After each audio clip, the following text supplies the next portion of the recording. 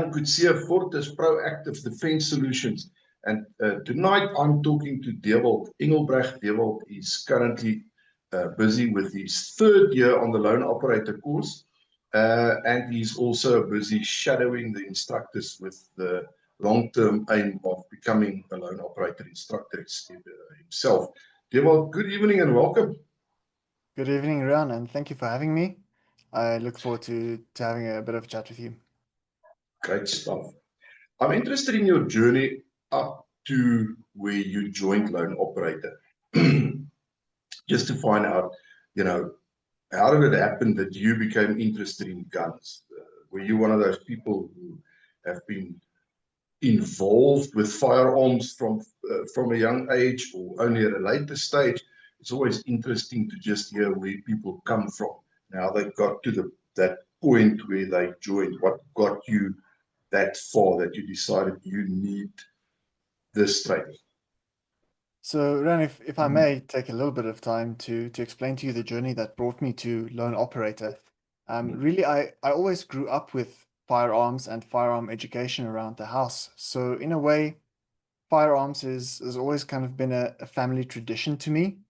And in my education, this was not a tradition of violence. It was a tradition that taught safety, that taught personal responsibility, and really a respect for the sanctity of life. So I was always taught the fundamentals of safety as much as I was taught to pull the rifle stock into my shoulder, really from the start. And with that, I was always fascinated by the mechanics, and the craftsmanship and the functioning of a firearm.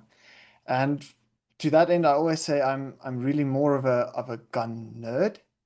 And then in my early adulthood, during my early university years, I sort of came face to face really with the enormous danger that firearms can do when they're placed into criminal hands.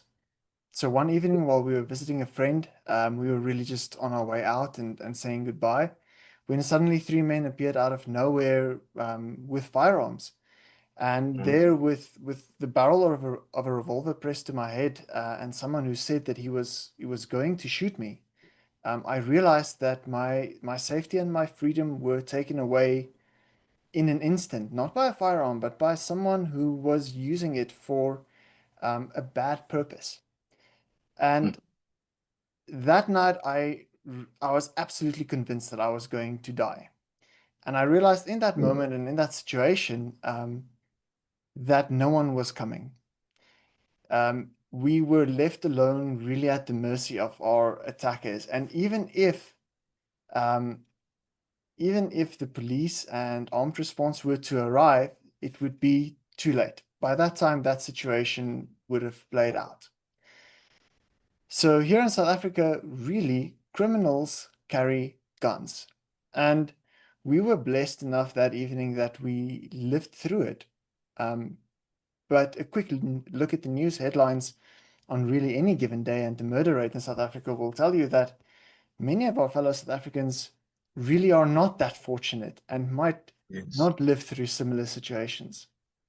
So it took me a really long time even to speak of that incident, and I didn't give credence at the time to how traumatic that was. And in retrospect, I have to say that I almost felt a little bit ashamed in myself that I let that happen to me. But as I started speaking to friends and to family, about what had happened, I realized that for far too many South Africans, this is really a very common story. And many South Africans have very similar or even worse stories.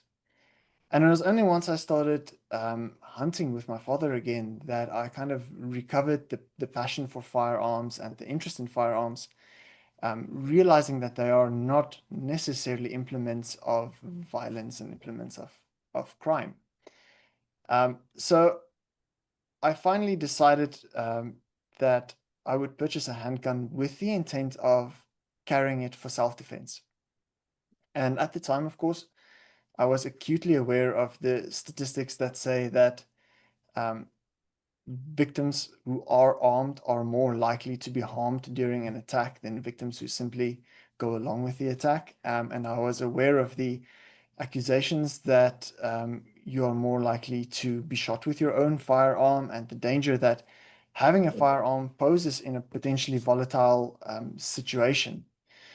And I was intent on not bending to that statistic and not becoming a part of that statistic. And I realized then that merely owning a firearm and even carrying a firearm simply isn't enough. And it can even be more dangerous if you can't use that firearm responsibly and efficiently. So in my mind, in a firearm in a volatile situation is really a force multiplier. It can change the outcome of that situation. So if you were to then take the decision to carry a firearm into what could become a volatile situation or into even an everyday situation, one must also accept the responsibility of assuring that that force is applied for good and that it doesn't end up just another gun in the criminal arsenal. And this is really how I found Lone Operator. I did some practical shooting for a while, and that was, of course, a lot of fun and really good skills. But practical shooting is also very much distinguished as a sporting discipline and not so much as a defensive or a tactical discipline. So I went looking for training that would teach real world, current, lasting firearm proficiency that would build self-sufficiency much rather than holding my hand. And I didn't want the one-day tourist experience. I wanted to invest in preparation that would make me and my loved ones and my community around me a little bit safer for me carrying a firearm. So when I started with Lone Operator, our first session as Charlie 23, the fundamental session with Rue on the day, we had an absolutely pouring rain. And I remember someone asking if we were going to stop because of the poor weather. And Drew simply saying, why? Why would we do that? We're going to do this. And in that moment, I knew I had found the right place, and that was home for me. And at that time, I had spent a lot of time, thinking about firearms and reading about firearms and endless research and spending a lot of range time and ammo practicing. But even after that first session, within 50 or 60 rounds, the improvement was so much greater than all the practice that I had had done on my own. And after every subsequent session, I felt like a markedly better and more proficient firearm owner. And it's really stuck with me ever since. I think, what's great for me about Lone Operator, other than the fantastic sense of community that is perhaps unique to the Lone Operator community, and anyone who's been part of that would know what sense of community I'm talking about, is that it equipped me with the tools to be able to stand up for myself, and to make my immediate environment and my life a little bit safer and make me more confident in carrying my firearm. And to feel as though I'm not carrying a firearm now because I'm afraid. I carry a firearm because because I'm prepared. And Lone Operator helped me to be that prepared. It teaches more than shooting, really. It teaches self-awareness, it teaches self-sufficiency, and it teaches responsibility. That's the part that I want to get to. So I'm very glad you started mentioning that. That's the journey after you started getting involved with Lone Operator for the past almost 3 years. I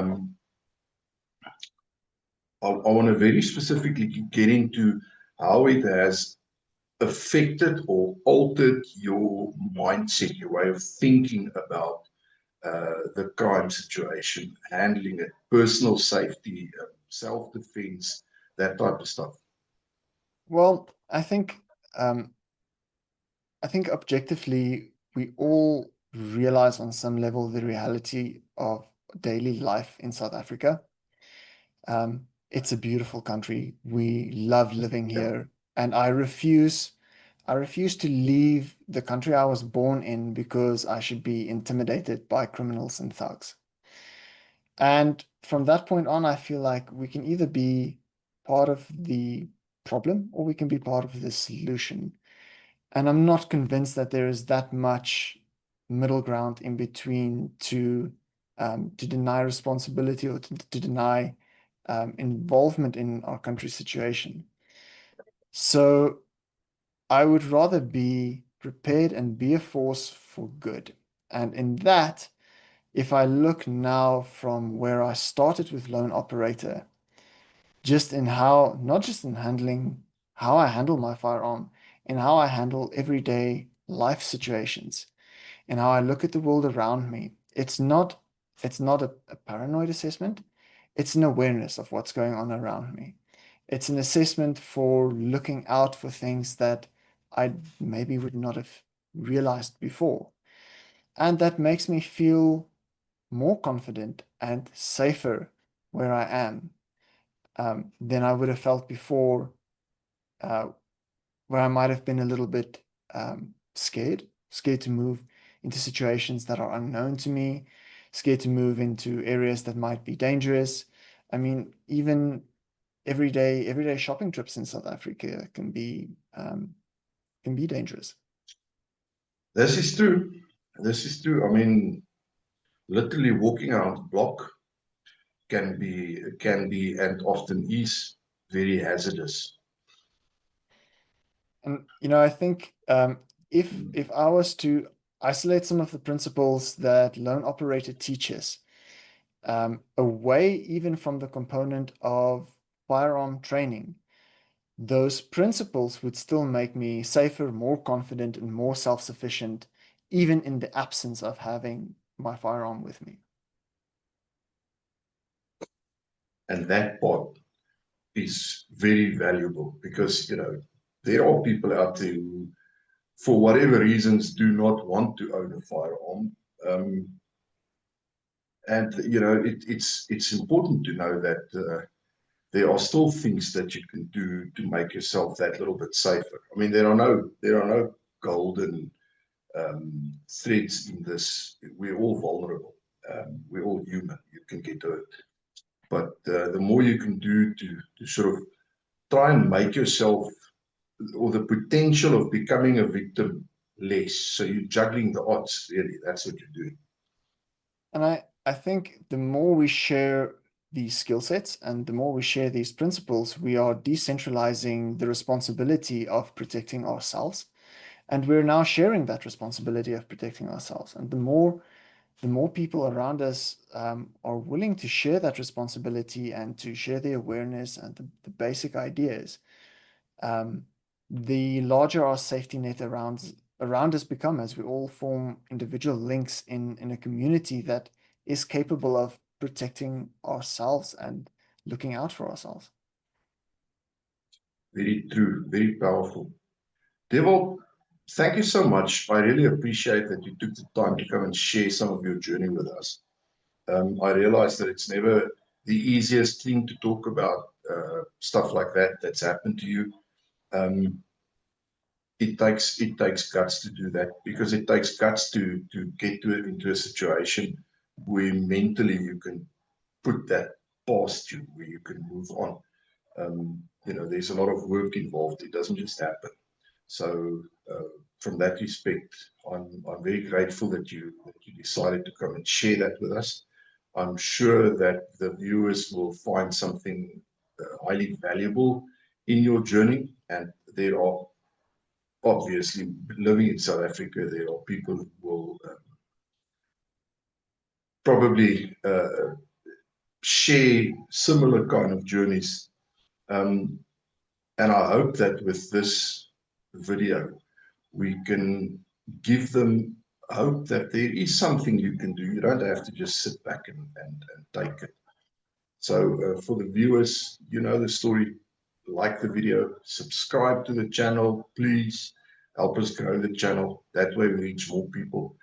Click on that bell icon so that you can get notifications of future videos. And if you're interested in the loan operator course, and remember there's a whole bouquet of different courses. So if you're interested in learning more, there is a link in the description below the video. Click on that, go check it out, and we look forward to meeting you on a range one of these days. Dewaldt, once again, thank you so much. I really appreciate that. Rian, thank you sincerely for having me. It's been an absolute pleasure.